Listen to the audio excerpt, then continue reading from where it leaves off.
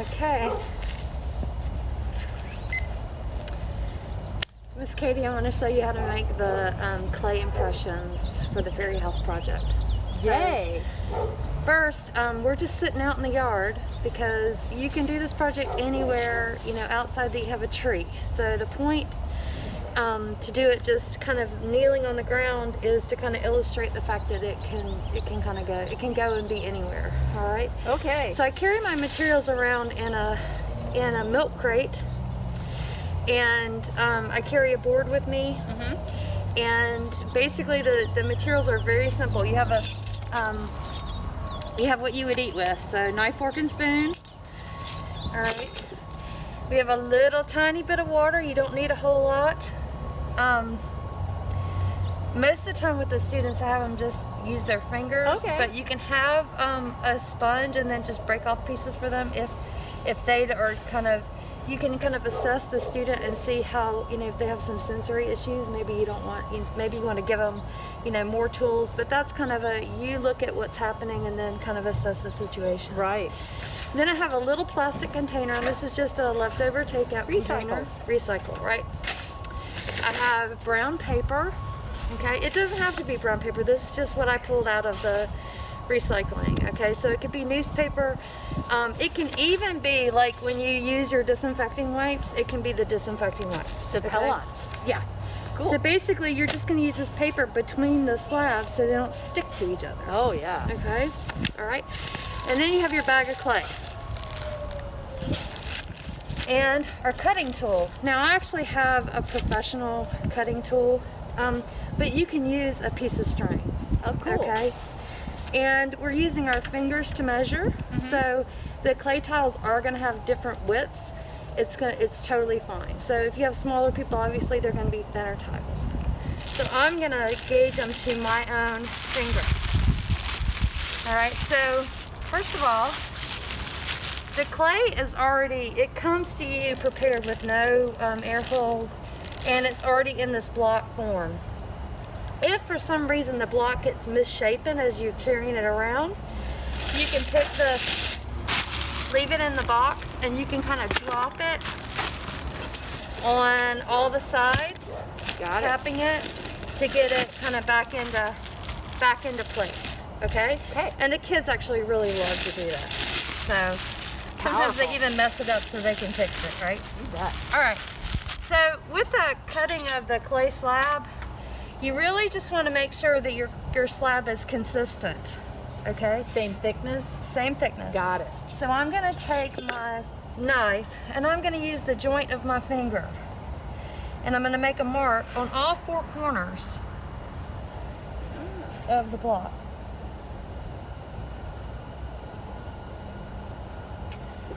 Okay. And then I'm going to take the tool, the wire tool, and I'm going to sit it in that groove all the way around. And when I get to the back, I'm going to cross the wire, okay?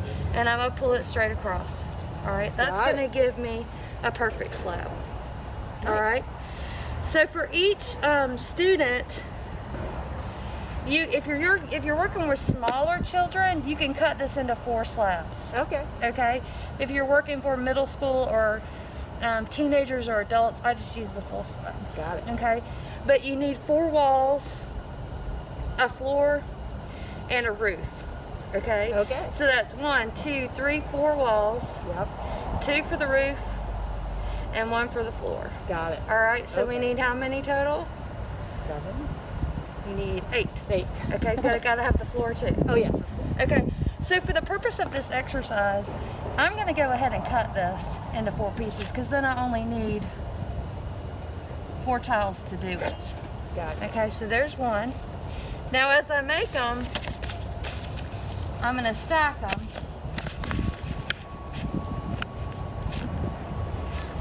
In the brown paper.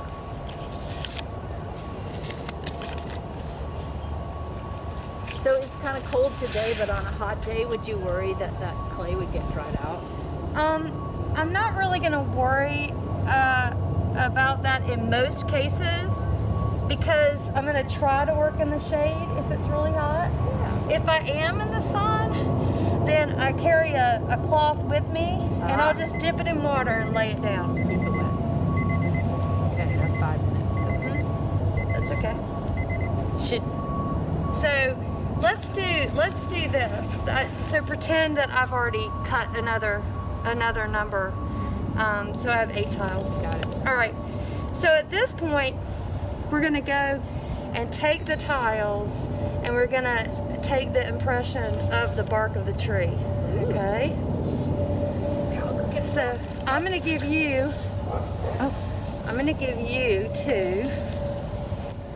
I'm gonna give you 2, and I'm gonna take 2. And we're gonna carry the little camera with us. Good. And we're gonna go to your little tree over here.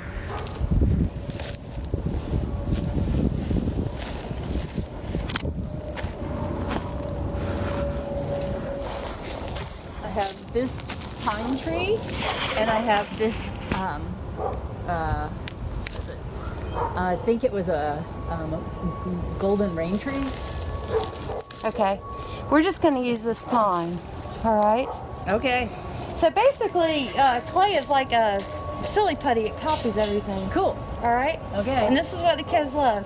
You just throw it on there. Wow. Okay. All right. Sound good? Does it hurt the tree? It doesn't hurt the tree. Because it's just dirt. No. Okay. But once they, now I pull them away for a second and let the clay dry while I talk about the tree. Then, okay. So this is the point at which I pull out my plant ID book, or actually I've been using lately a plant ID app on my phone. Yeah. Okay. So first I have the students look at the tree, and we're going to make some observations. Okay. So Miss Katie, what do you see about this particular tree that we can talk about as an aspect of it? Its leaves are green even in the fall. Okay. So we have kind of two categories of trees. Ones are evergreen, and we have deciduous trees. Okay, so we're going to say this is an evergreen. Yep. Right? Yep. Now, Miss Katie, you already know what kind of tree this is. I think so. Okay. But in the pines, okay, in the spruces, the way that you identify the particular trees is by looking at the way that the needles are formed around the stem, and by counting them. What? Okay.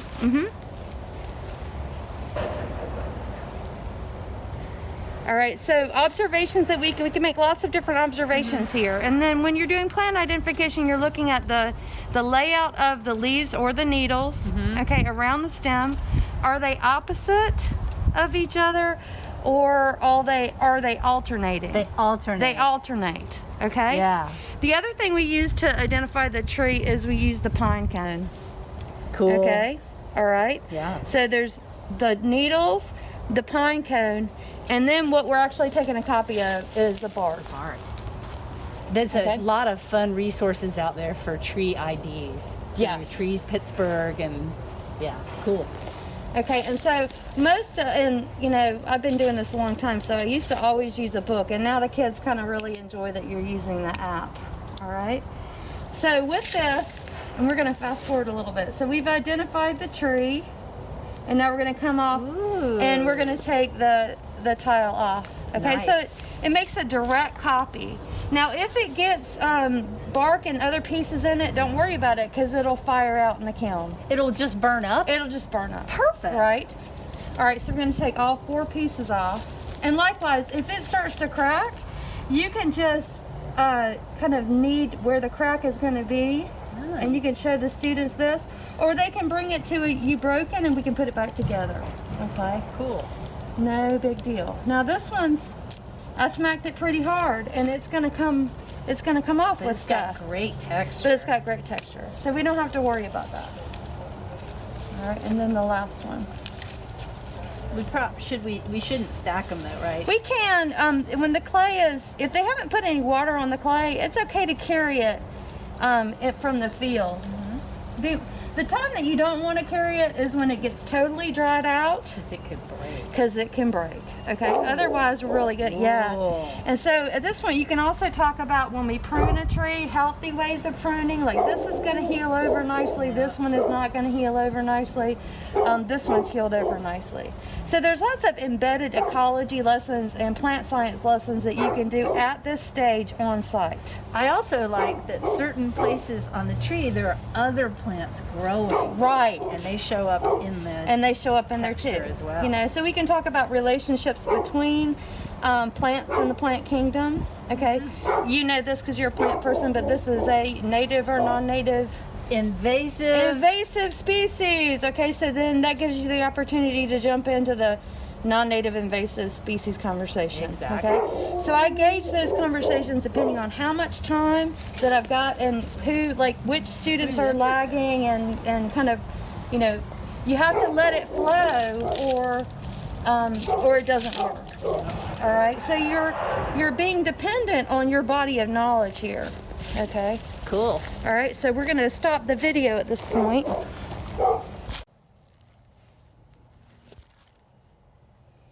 Okay. So we have some that are really nice, okay, and then we have some that we had a little bit of a problem with, like this one, right? Uh-oh. Okay, so you know with the kids, somebody's gonna come with this, okay? And the cool thing about clay is it's self-adhesive, and it's okay, because everything that's touching this is gonna burn out if it gets stuck in it. Oh, right? cool. So really, you see me pulling it off now. The only thing you have to remove is on the edges, because that's where we're gonna attach the pieces together, okay? Scratch it to attach it. Scratch it to attach it. Okay, all right, so just gonna barely, and if I don't get all of it, it's okay. All right, and one thing I want to point out is if it actually breaks into a triangle, that helps us, okay? Because that helps us make the roof. Got it. Okay, so I've got one triangle. I'm gonna cut the other one. Okay, and that's just like that. Okay. So that's the roof. That's part of the roof. Okay, and this one that's kind of funky looking, I'm gonna cut it into a triangle too. All right. Now all this clay that we pull off, because it's got stuff in it, we're gonna recycle, and we'll use it for maybe for paper clay, Miss Katie. Alrighty. All right. So I need 4 triangle pieces.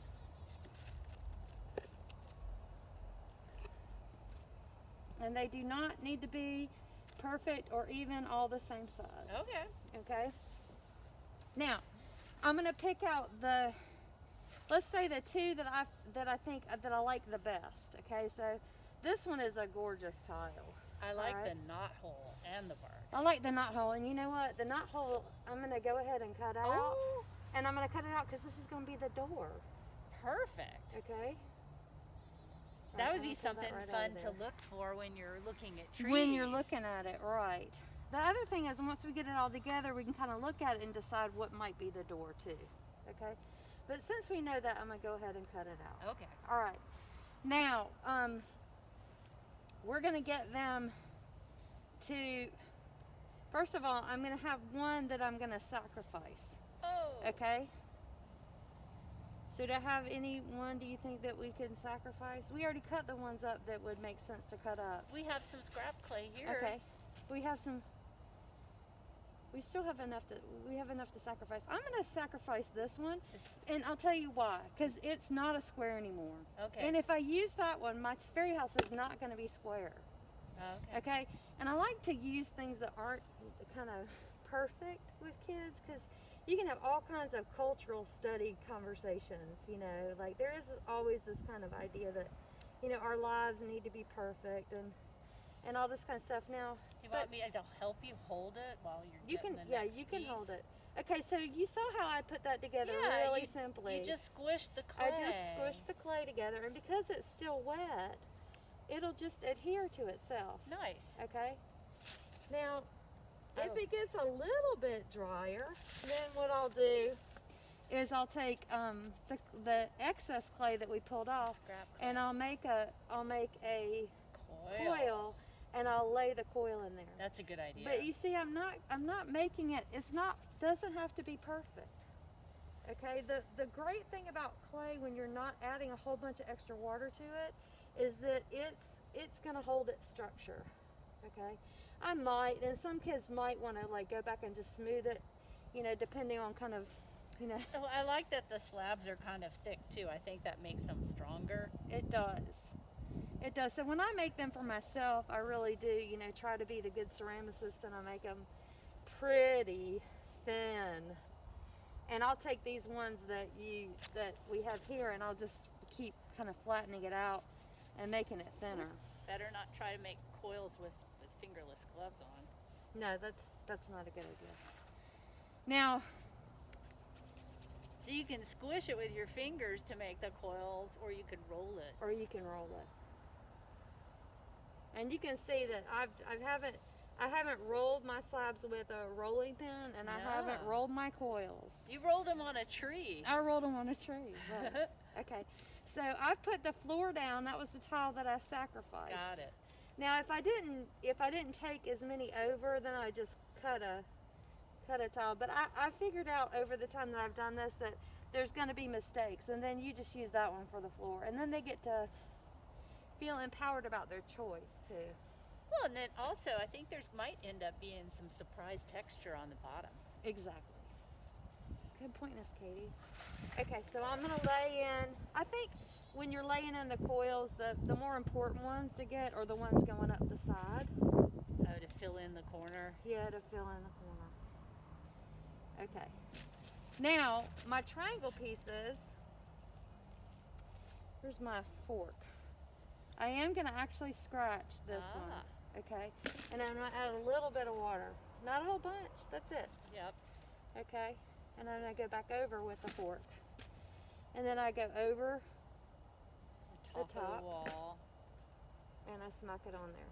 Wow. Okay? Okay. All right, now, same thing with this coil attachment. This one's going to require the fork though. I'm going to go across that seam, and then I'm going to lay the piece in. Okay? That coil really fills in the... And I'm going to kind of tap them into place. The students can work in partners here where, you know, one student can hold the pieces up while the other person forms. What are you going to do with that? I'm going to use the coil in the corner where the two slabs come together. Ah. Just to reinforce the edge. Okay? We did this in the last video, so I'm going to try to be a little bit quicker here because I want to show you. Before you close it up, can you show us what's going on inside that box? Is it possible to rotate it so we can see where the sides are all smushed together, or is it going to be too hard to move? Yeah, let's do that. Awesome. Okay. I like your construction because you're not doing, like, it's not getting all squishy and wet again. You're just using the moist clay. No, the moist clay. Now, in the one that we made before, I used thicker slabs. So you can see if you have thinner slabs, you just need to have a little bit more support by hands as you put it together. Cool. And then it'll be all right. This piece is going to be a little bit too big, so I'm going to use my knife and just cut it back. Gotcha. And I'm going to lay this one in here, this one. So I can smash them together on the outside and then put the coils on the inside up the sides. And that allows us to construct it. Okay, so at this point we're where we were with the last video. I'm going to cut, this is a little bit tall, I'm going to cut that down. So to attach the triangle pieces, I'm going to use my fork along the top part of each wall. And as I do this, I'm going to look down the wall and see if it's kind of opening in any place, and this one's opening here. So I'm going to use the back end of the fork and run it up the side. And if you're worried that it's not holding up, the structure isn't holding up, you can reinforce the corners this way. Okay, so now it's becoming more and more solid. All right, so then I have my triangle pieces of clay, and I'm also going to turn them over, scratch the back along the edge that I'm connecting. All right, I'm going to do it over here so you can see it. Thank you.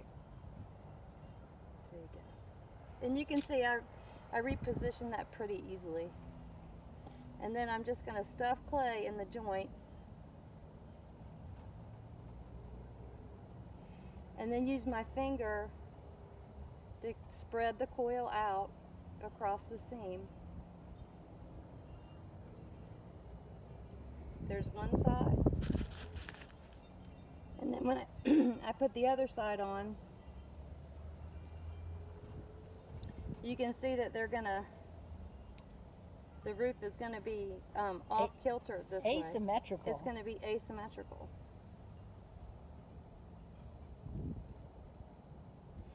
I'm going to do it this way just to show that if the student makes the mistake putting it on like this, we can still fix it. Okay, so I know that it needs to be flipped around to make them kind of mirror images of each other. But let's just say, let's just say that, again, what I'm trying to demonstrate always is that if it gets messed up, it's okay. It's a pretty easy fix all the way around. All right, so I have a peak and I have two sides. Now, this one, I have one long slab. So I'm going to bend the sides in after I lay it up there to see where it needs to fit. And then I'm going to run across the edges.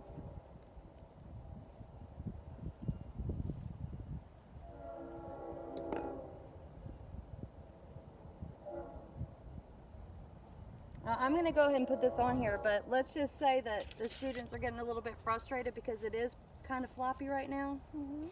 You can let it set up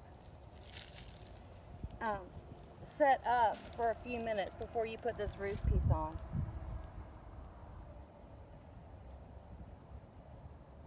For the purpose of this video, I'm going to go ahead and do it. Alright, so I'm going to squeeze the peak, and then I'm going to marry the edges down the house, rolling the side of the building under the roof. Okay, and that's the basic form of the house. Cool. All right. Click. Hands are the only thing that's really in it. Okay. So yeah, go ahead. Oops. Okay. So now that we have our house formed and we've let it set up until it's leather hard. Okay, so it's pretty stiff. I can kind of roll it around and it's not going to collapse. This is the time that you cut the holes in it for the windows and for the doors. We cut a hole in this one in our first video because there was that really interesting knot. So I'm going to leave that as my door, and I'm going to look at the house and I'm going to decide kind of how I would like to have my windows. So to do this, I'm going to lay the house on its side, and I'm going to take an X-Acto knife. And oh, it's a lot more it's a lot firm more, than yeah, it it's a was lot more yesterday. stuff. And you can see the needles and everything are still in there. Yep. They're going to fire out. And so I'm just going to cut a series of squares, and I'm going to push them through rather than try to get them out. Good idea.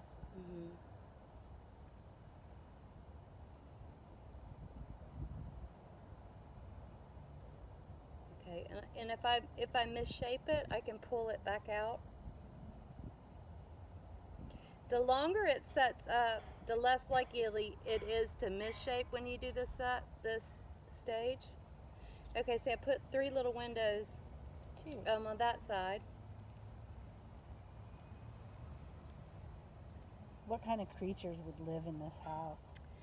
Oh, well, that's a whole nother lesson. You can talk about woodland habitat making with these. And so, you know, this is going to be, you know, if there's a little woodland mouse, a ground nesting bird might take up habitat in it. You can also put it up into a tree, and then you have opportunity for other birds to nest in it. Would there possibly be woodland sprites and fairies as well? Well, of course. They're woodland sprites and fairies. All right, and then I'm going to put a couple of small windows in the front.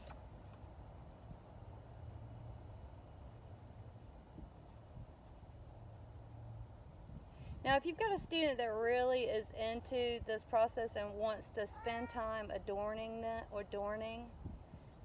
windows, then you can allow them to kind of scratch and attach pieces at this point.